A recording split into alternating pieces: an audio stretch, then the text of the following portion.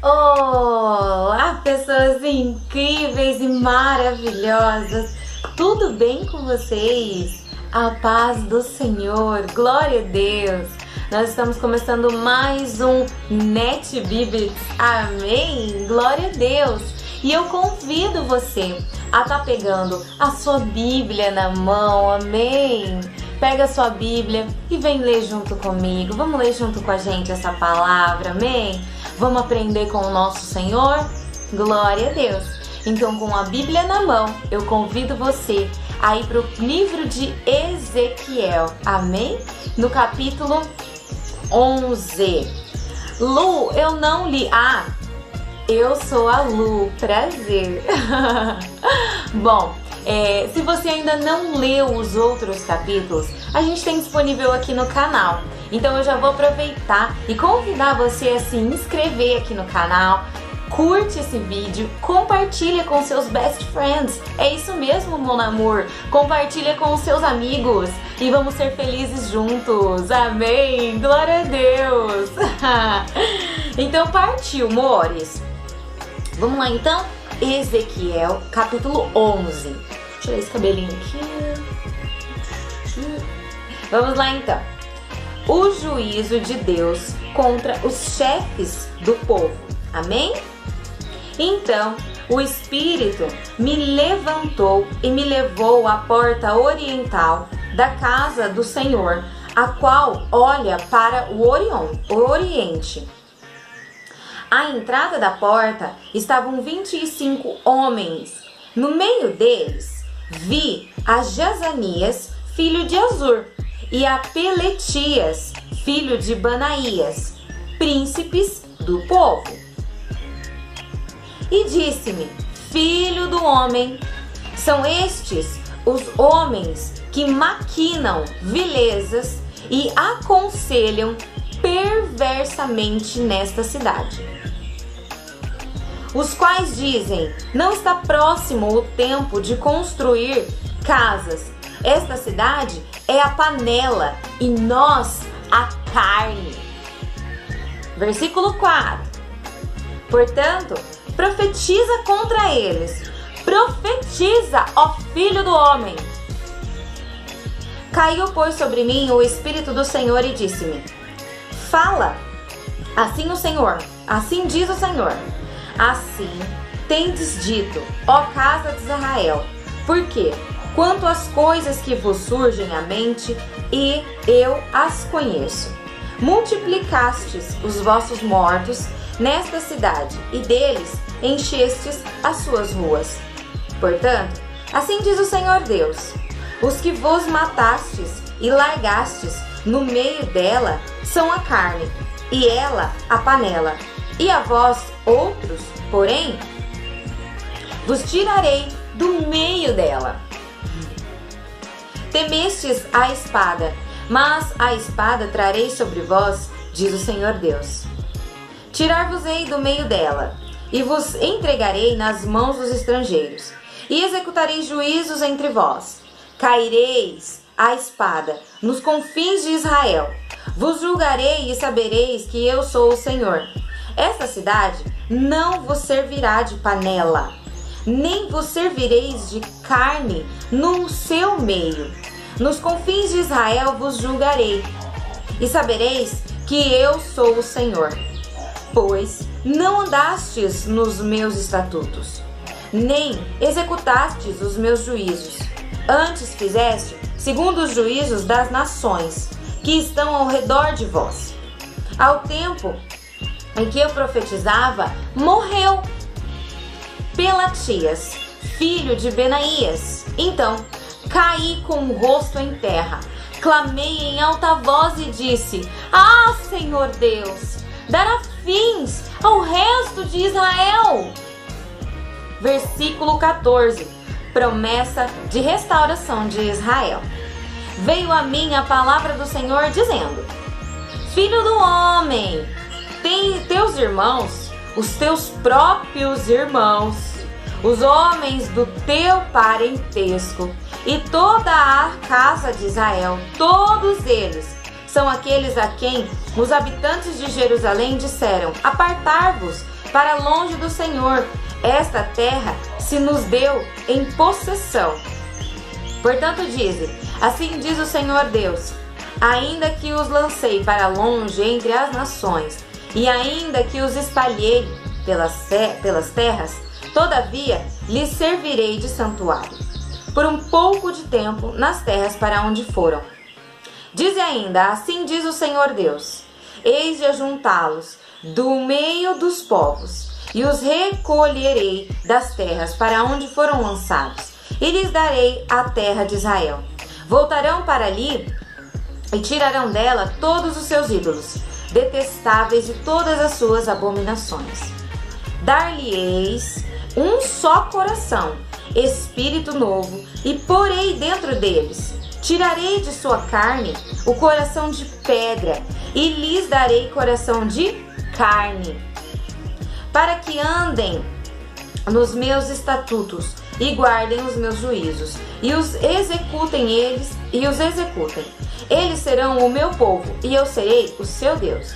Mas quanto àqueles cujo coração se compraz em seus ídolos detestáveis e abominações, eu farei recair sobre a sua cabeça as suas obras, diz o Senhor Deus. Então os querubins elevaram as suas asas, e as rodas os acompanhavam, e a glória de Deus de Israel estava no alto sobre eles. A glória do Senhor subiu do meio da cidade e se pôs sobre o monte que está ao oriente da cidade. Depois o Espírito de Deus me levantou e me levou na sua visão a Caldeia, para a Babilônia, para os do cativeiro, e de mim se foi a visão que eu tivera. Então falei aos do cativeiro da Babilônia todas as coisas que o Senhor me havia mostrado. Amém? Então aqui, primeira coisa, hashtag entendimento. Meu cabelinho hoje tá que tá, o amorzinho aqui, o leãozinho. Amém? Bom, vamos lá então. O que acontece? Primeira coisa, lá no versículo 4. Portanto, profetiza contra eles, profetiza, ó filho do homem.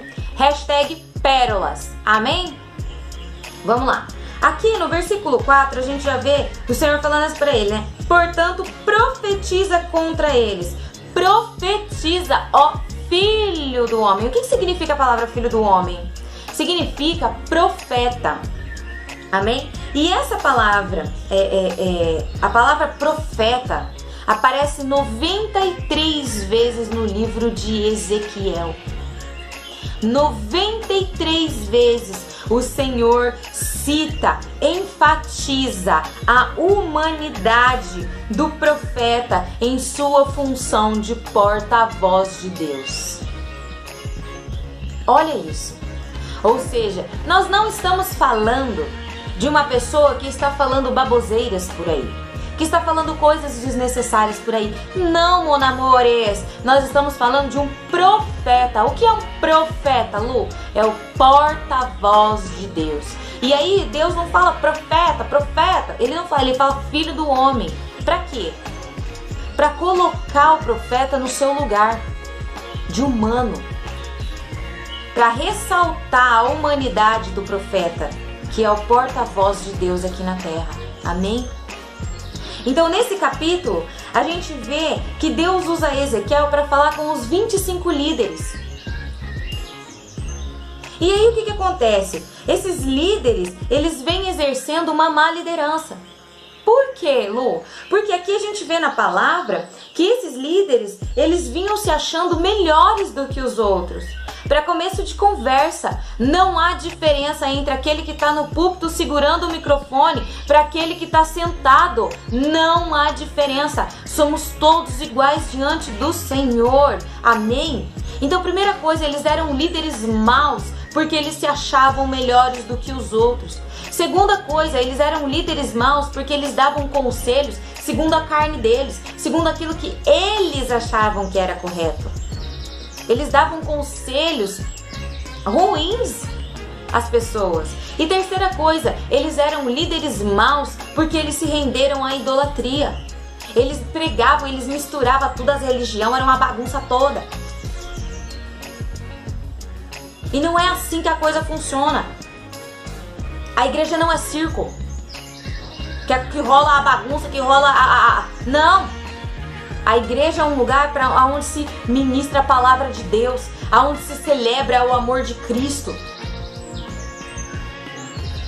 Tem que ter decência, tem que ter direção, tem que ter visão. Tem que ter, gente. Não é bagunça, não. Então aqui a gente vê que Deus ele vem para advertir essa liderança fraca, essa liderança ruim. E a gente vê nesse capítulo 11 que o Senhor ele fala várias vezes a respeito dessa liderança fraca, dessa liderança ruim, dos maus conselhos, da idolatria, se achar melhor do que os outros.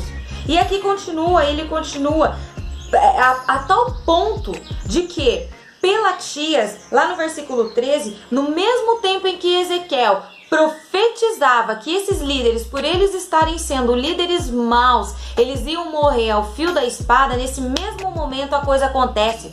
Pelatias cai morto, Monamores. Pelatias cai morto. E aí Ezequiel se desespera, ele fala: Deus, o Senhor vai acabar com Israel? Esse é o fim de Israel? E Deus promete aos israelitas, lá no versículo 17, que eles voltariam para a terra prometida. Que assim como foi prometido primeiro para Abraão e depois isso foi reavivado, né? Foi reativado em Davi e Jeremias, essa promessa foi reativada. Então Deus ele vem e ele promete aos israelitas que eles voltariam à terra prometida, sim. Por quê? Porque Deus não é um Deus de mentira. Deus não é um Deus para mudar de ideia. Deus não é um cara que ele vai prometer algo para nós hoje e amanhã, eu acho que eu vou mudar de ideia. Eu acho que ele não tá merecendo muito, sabe? Não, eu acho que esse cara... Não! O nosso Deus é um Deus reto. O nosso Deus é um Deus correto. Se ele prometeu, ele vai cumprir, amor. Tem essa não, querido. Não tem essa. Se Deus prometeu, ele vai cumprir. Amém? E aqui, para finalizar, a gente vê que Deus segue condenando a idolatria.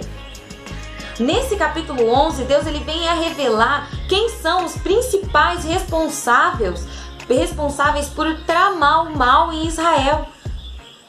Ou seja, o mal nunca vai ficar embaixo do tapete.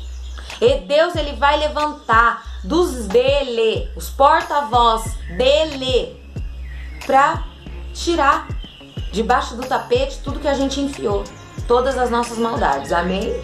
Deus não vai deixar encoberto, não. E só mais uma coisinha que eu achei muito interessante, fica até o final, amém? O Senhor trouxe aqui, no versículo 19, o que Deus colocou em nós. Então primeiro, ele colocou o seu sopro. A gente pode ver em Ezequiel 37, 6 e 9.